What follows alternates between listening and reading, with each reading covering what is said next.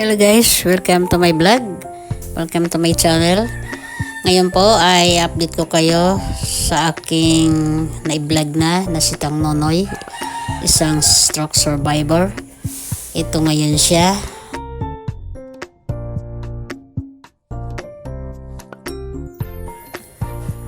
Ngayon ay February 2024. Gusto ko siyang i-update sa inyo.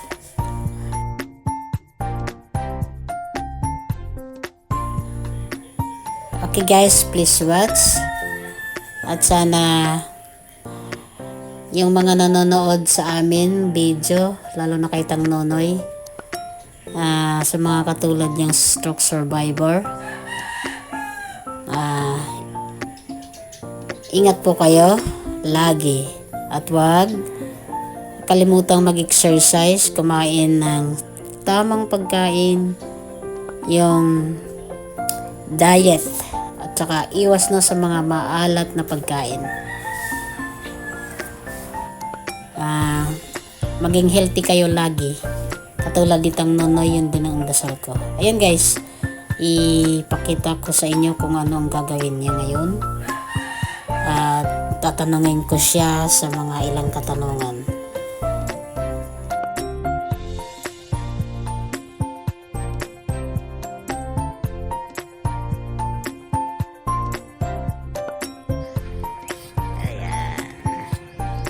Hello, Tang Nonoy. Kamusta na? Kamusta mo? Ito naman niya. And guys, ganyan siya lang mag-exercise. Yung mga paa mo, Tang Nonoy, di ba din mahikokan mo? Di pa naaalsa? Sige lang, try mo.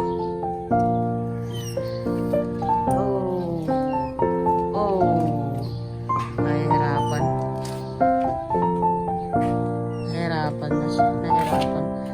kasi nung to na marami ng beses siya na munti ka na matutumba. Yung mga kamay mo, Tang Nonoy, try mo nga yung kaliwa, try. Ayan ang iano mo, iangat-angat, sige daw. Mabigat pero sa kanan okay yung kanan niya, yung kaliwa niya, tsaka yung mga paa niya, yung parang napakabigat.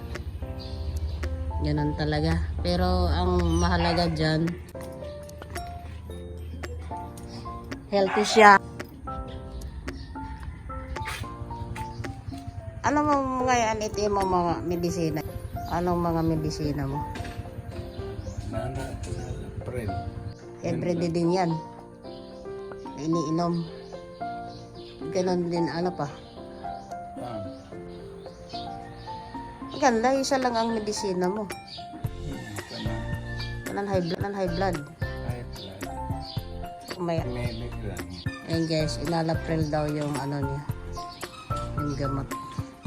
Yan ang kaniyang hiyang na gamot. Tingnan niyo siya. Dating mananayaw yan, ngayon yan na lang ang sayaw niya. Anong message mo sa mga nanonood sa'yo, Tang Nonoy? Lang lagi mag-exercise, magat hapon na yung katawan para hindi mabigat sa katawan at hindi na maulit yung pag-atake ng high blood na yan. Maraming nanonood na sa'yo Kamusta kayo mga nanonood kay Tang Nonoy? Bali ilang years ka nang na 5 years na siyang naging stroke. Still lumalaban pa rin para siyempre maging healthy, maging bumalik ulit ang niya. Yun ang wish natin, ang dasal. Yun din ang dasal ko sa mga nanonood ng aming video. Na lalo na yung mga katulad nitang Nonoy na stroke. Na lumaban lang, huwag mawawala ng pag-asa. Maging healthy lang at umiwas na sa mga pagkain na hindi na ina-allowed para sa inyo. Di ba, Tang Nonoy? Yes. Ano na lang ngayon ang kinakain mo, Tang Nonoy? Isang gulay. Mas madalas gulay, ano? Isda. Da. Oo. Tsaka ano, mga prutas. Konting kanin. Konting kanin. Kasi Pinoy tayo, hindi pwede walang kanin. Konti na lang. Dum. Mga Kamote. katulad ng kamote, gabi. Ayan guys, yan ang update ko sa inyo kay Tang Nonoy. Yan ang ginagawa niya umaga at hapon.